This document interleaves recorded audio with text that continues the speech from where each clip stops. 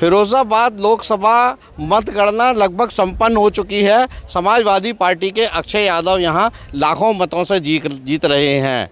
और मैं आपको बता दूं, ये सीट परंपरागत रूप से समाजवादी पार्टी की ही थी। 2019 में भारतीय जनता पार्टी ने इस सीट में सेंधमारी करी, डॉक्टर चंद्रसेन जीत गए। चंद्रसेन यादव की जीत उस वक्त भी ये माना जा रहा है शिवपाल और अखिलेश यादव का जो मनमुटाव हुआ था उसकी एवज में ये सीट भारतीय जनता पार्टी ने जीती थी। कुछ मेरे साथ ऐसे भारतीय जनता पार्टी के कार्यकर्ता हैं, ये मुस्तैदी से लगे रहे, अब ये बड़े निराश होकर वापस आए हैं। तो मैं इनसे जानने की कोशिश करूंगा कि आखिर ये सब बदलाव हुआ कैसे। भाई साहब, क्या नाम है आपका? गोपाल शर्मा। क्या आप हार का कारण मानते हो भारतीय जनता पार्टी की? हार का कारण हमें तो ये लगता है ये चुनाव मैनेज किया गया है, इसलिए। मतलब किसने मैनेज किया? विपक्षियों ने। किससे? भारतीय जनता पार्टी मैनेज हो गई? भारतीय जनता पार्टी क्यों मैनेज हो गई? शासन या प्रशासन मैनेज हुआ होगा। मतलब शासन प्रशासन की कहीं आपको कमी दिखाई देती है? कमियां तो बहुत कुछ दिखाई दी।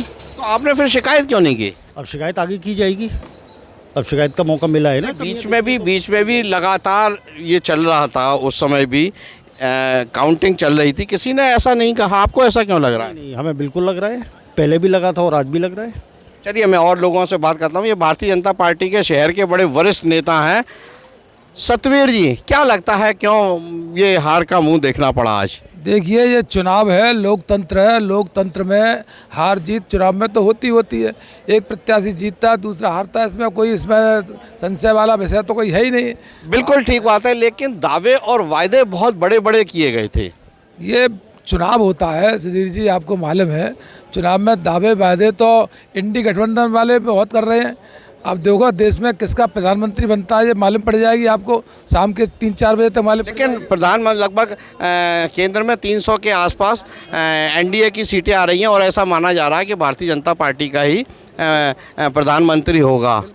लेकिन यहाँ मेरे साथ कार्यकर्ता ये कह रहे हैं कि बड़ी निराशा सी है, प्रशासन ने ठीक रोल अदा नहीं किया। नहीं, ये कहना तो बिल्कुल नाकामी और बेकार की बात है। प्रशासन के कोई इस तरह की बातें करना तो बिल्कुल बेकार है। भारतीय जनता पार्टी के कार्यकर्ताओं में भी कोई निराशा नहीं है। ये तो चुनाव है, चुनाव में पूरी मेहनत की, लगन के साथ लगे। हमारे प्रत्याशी खूब जोरदारी से सब जगह संपर्क किया। आप चुनाव के संयोजक भी थे शायद? हाँ बिल्कुल, विधानसभा का संयोजक, पूरी मेहनत की हमने। हमारी विधानसभा में तो ज़्यादा अंतर नहीं है, हो सकता है बराबर पर बैठेंगे प्रजापति विधानसभा में। रवि जी, इधर आओ आप। क्या आपको लगता है ये हार कैसे हो गई?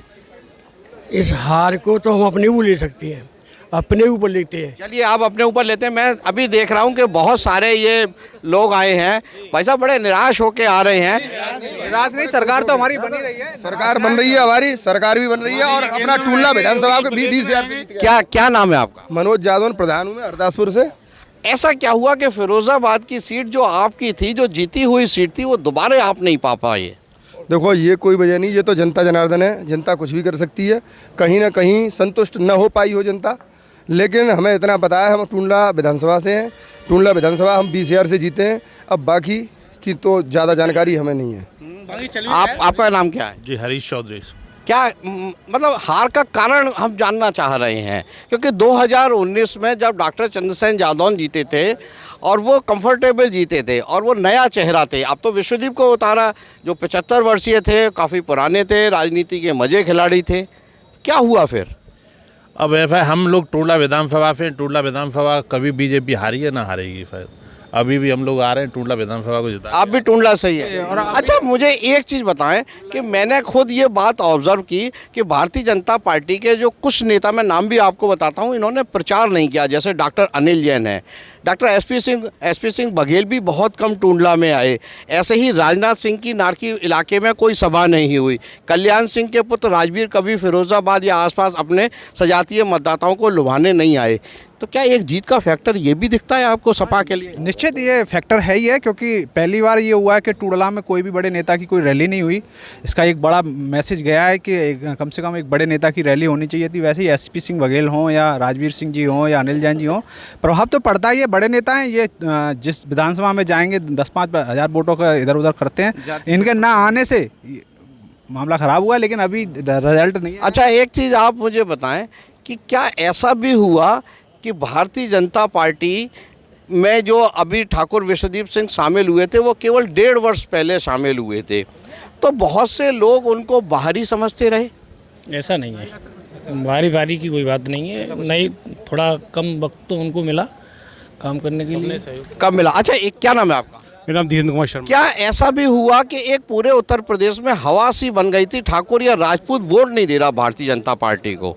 क्या ऐसा हुआ? नहीं, ऐसा कुछ नहीं हुआ है। जो मोदी जिसके दिल में बसे हुए हैं, वो जिसको वोट देना है उसने मोदी को वोट दिया। ठीक है, मोदी को वोट दिया, लेकिन मैं अपनी तरफ से अपनी कारण बता सकता हूँ कि कारण मेन बसपा है। बसपा का वोट बैंक डाउन हुआ है। वोट बैंक जो है बसपा का। मैं आपसे यही जानना चाह रहा हूँ कि लगभग 90,000 के आसपास बसपा को इस बार वोट पड़ा है। चौधरी बशीर जो आगरा के हैं वो 90,000 वोट लाए, लेकिन ऐसा क्या हुआ कि वो वोट समाजवादी पार्टी की तरफ झुकता है। गैर जाटव दलित की मैं बात कर रहा हूँ, लेकिन भारतीय जनता पार्टी के पक्ष में वो नहीं आया। हाँ, बिल्कुल सही है। बसपा का वोट जो है टोटल जो है सपा की तरफ चला गया है और खुद का वोट कम हो गया है। जो पिछले लोकसभा में जो 1.5 लाख वोट पड़ा था वो सिमट करके वो यू टर्न लिया, वो सभा की तरफ यू टर्न ले गया। अच्छा, एक बात मैं आपसे सभी से जानना चाह रहा हूँ कि आप लोग ये गमछा लगा के आए, सुबह भी मैंने आप लोगों को देखा था, तो ये इंडिकेशन क्यों रखा? क्या ऐसी ज़रूरत पड़ी कि हम ये दिखाएं कि हम भारतीय जनता पार्टी के? नहीं, गमछा है हमारा। गमछा के जो है गर्मी पसीना पहुँचने के लिए। भगवान हमारी शान है, हार जीत तो होती रहती है, लेकिन हम मोदी जी को, योगी जी को पुनः मजबूत करेंगे। हमारी कुछ कमियां रहेंगी, हम उनको पुनः सही करेंगे। ऐसा थोड़ी है कि चुनाव फिर नहीं आएंगे। अच्छा, एक बात बताएं, बहुत सारा लाभार्थी था, चाहे उसको 2.5 लाख रुपया मिला हो आवास के लिए, राशन मुफ्त मिलता हो, ये लाभार्थी ने कभी वोट दिया नहीं क्या? ये हमारे देश का दुर्भाग्य है। हम मतदाताओं से फिर भी ये कहते हैं कि हमारी पार्टी ने इतना गरीबों के लिए किया है जितना किसी भी सरकार ने आज तक नहीं किया। फिर उसके बावजूद भी पता नहीं उनके मन में क्या है।